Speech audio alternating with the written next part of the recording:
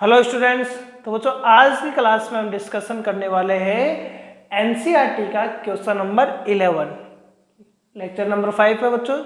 तो देखते हैं क्वेश्चन क्या कह रहा है।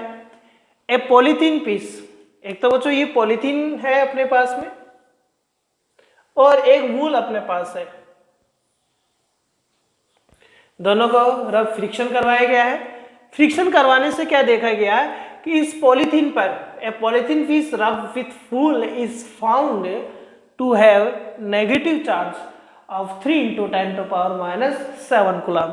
इस पर जो चार्ज आया है बच्चों वो -3 × 10⁻⁷ कूलम चार्ज आया है।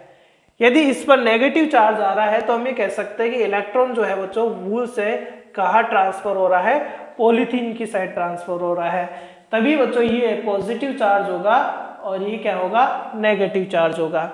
तो क्वेश्चन आपसे पूछा है estimate the number of electrons transfer, कितना नंबर ऑफ इलेक्ट्रॉन ट्रांसफर हुआ है।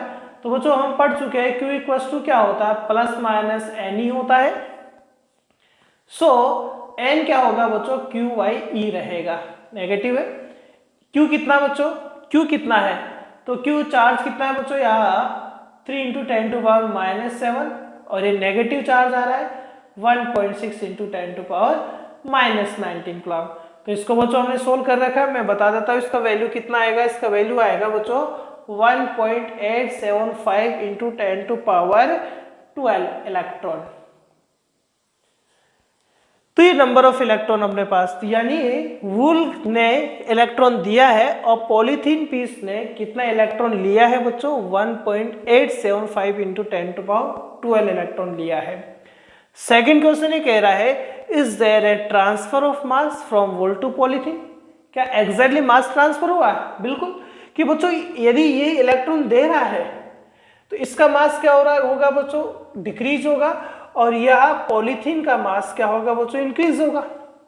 ये इलेक्ट्रॉन दे रहा है तो ये डेफिनेट वूल का मास यहाँ डिक्रीज हो रहा है, इसका मास यहाँ इंक्रीज हो रहा है। कितना डिक्रीज हो रहा है, उतना ही डिक्रीज हो रहा है बच्चों जितना पॉलीथीन मास क्या कर रहा है, गेन कर रहा है। यानी इसका डिक्रीमेंट मास और इसका इंक्रीमेंट मास सेम रहेगा। आप कैसे फाइंड कर सकते हैं, मैं फॉर्मूला बता चुका हूँ क्लास में, मैंने बच्चों इसकी क्लास ले ली है, इन क्वेश्चंस की आप क्लास देख सकते हैं मेरी।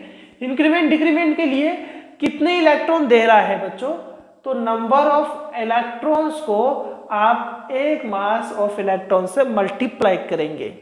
5 इलेक्ट्रॉन दिए इसने तो इसका मास 5 इलेक्ट्रॉन के जितना कम हो चुका है।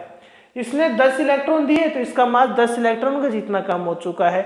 अब इसने दिए कितने इलेक्ट्रॉन है हमारे इस क्वेश्चन में, तो इतने इलेक्ट्रॉन दिए हैं बच्चों, और इतने इलेक्ट्रॉन दिए हैं तो इतने इलेक्ट्रॉनों के मास से इसको मल्टीप्लाई कर दो, तो इसका मास उतना तो डिक्रीज हो रहा है और पॉलीथीन का मास उतना ही इंक्रीज हो रहा है। सो यहाँ क्या हो जाएगा बच्चों, फॉर्मूले के according number of electron 1.875 × 10⁻12 mass of electron.